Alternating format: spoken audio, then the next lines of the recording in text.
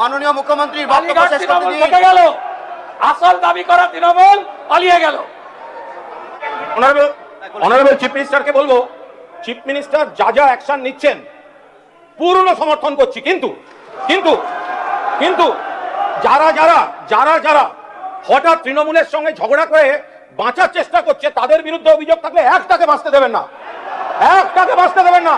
আর যে আপনারা আপনারা আপনারা আপনারা যেটা নারী নির্যাতন বলছে, নারী নির্যাতন বলছেন, একটা এই সেশনে বিল আসছে আমার দপ্তর, স্বরাষ্ট্র দপ্তর। অনেকেই ভাবছেন 2 মাস থাকলাম, তারপরে আইনি লড়াই করে জামিনে বেরিয়ে এলাম। এই সেশনে বিয়ে কমিটি অনুমোদন দিলে শেষ দিনে বিল আসছে, সম্পত্তিও বাজেয়াপ্ত করব, সম্পত্তি বাজেয়াপ্ত করব, সম্পত্তি অকশন করব। ওই আমতলা হরিশ মুখার্জি, হরিশ চ্যাটার্জি রোডের ওই প্রাসাদ গুলোতে, কলকাতার রাস্তায় রাত্রিবেলা ফ্লাইওভারের নিচে যারা থাকে তাদেরকে রাখাবো। নিজের বুথ মিত্র ইনস্টিটিউশন 4টে বুথে হেরেছে। যিনি বুথে হারেন তাকে জননেত্রী মানতে হবে। এখান থেকে আমাকে দাঁড়িয়ে বলেছিলেন পৌরসভায় হেরেছ, আজকে আপনি বাড়িতে বসে আমার কথা শুনছেন, আপনি নিজের বুথে হেরেছেন। এখান থেকে আপনি আমাকে বলেছিলেন ছাপ্পা মেরে পৌরসভা দখল করার পরে আমি বলেছিলাম উত্তরটা আপনাকে 26-এ দেবো, সে উত্তর জনগণ দিয়ে দিয়েছে। সুরাবর্দীর নাম তো থাকবে না, সুরাবর্দীর নাম থাকবে না। যদি মনে করেন ডক্টর এপিজে আব্দুল কালামের মতো কোন প্রকৃত দেশভক্ত, রাষ্ট্রভক্ত, তাকে সম্মান দেওয়ার দরকার আছে এমন যদি কেউ থাকে, তথ্য দেবেন, মর্যাদা দেব। সুরাবর্দীর নাম থাকবে কেন? আপনি বললেন অন্য সুরাবর্দী, আমি পরে জেনেছি সাবিনা ইয়াসমিন মহোদয়া বলেছেন, আরো অনেকে বলেছেন। আমি আপনাকে বলি, আপনি ইতিহাস আপনিও যেমন বলেছেন শুনে রাখুন। 5টা গুলি করেছিল যে স্বাধীনতা সংগ্রামী বীণা দাস, তাকে ব্রিটিশের হাতে তুলে দেওয়ার জন্যই তৎকালীন ভাইস চ্যান্সেলরকে নাইট উপাধি দেওয়া হয়েছিল। এই কলকাতাতে এদের মোগল পাঠানের নাম থাকবে না। অন রেকর্ড যা যা ভুল করে গেছেন, প্রাক্তন পিএইচই মন্ত্রী আছেন, পিএইচই ঠিকাদার কাকদ্বীপের স্টেট ব্যাংকের ব্রাঞ্চ থেকে আইপ্যাকের অ্যাকাউন্টে 10 কোটি টাকা ট্রান্সফার করেছে। ছেড়ে দেবো? আপনি ভেবেছেন ছেড়ে দেব? ছেড়ে আমি দেব না। মানুষ এসব করার জন্য আমাদের জিতিয়েছেন।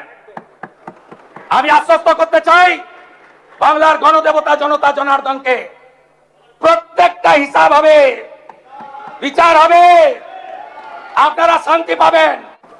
এনআইএ যাওয়ার পরে প্রাক্তন মুখ্যমন্ত্রী আপনাদের খোঁজ নেয়? তিনি তো শুধু ব্যস্ত তার দাদার বাড়িটা ভাঙলো কিনা, তার ভাইপোটা জেলে গেল কিনা, আপনাদের কথা ভাবে না। ভোটের সময় বললেন আমি আছি বলি না, তোমরা টিকে আছো। একটা সম্প্রদায় যদি চায় না, 1 সেকেন্ডে তোমাদের শেষ করে দিতে পারে।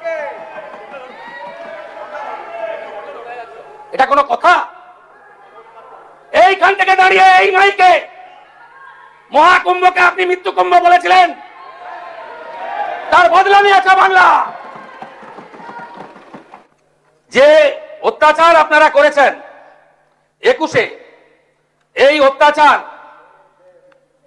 কোন সভ্য দেশে হয় না। আপনারা কাউন্টিং হলের মধ্যে মানস সাহা, মগরাহাট পশ্চিমের বিজেপি প্রার্থী, তাকে আপনারা খুন করেছেন কাউন্টিং হলের মধ্যে। আপনারা 1 লক্ষের বেশি ভারতীয় জনতা পার্টির কর্মীদেরকে ঘরছাড়া করেছেন। আপনারা হিসাবটা শুধু দেখলে অবাক হয়ে যাবেন যে পশ্চিমবঙ্গে কি ধরনের অত্যাচার আপনারা করেছেন। এবারে মোট 21 এফআইআর হয়েছিল, প্রায় 2000-এর কাছাকাছি থানাতে। আমি পরের এফআইআর গুলো বাদ দিলাম। 1100 এন্ট্রি করেছেন, বাকি এফআইআর এন্ট্রি করেননি। মৃত্যুর সংখ্যা 57, আর এবারে অভিযোগ দিয়েছেন মাত্র 219টা।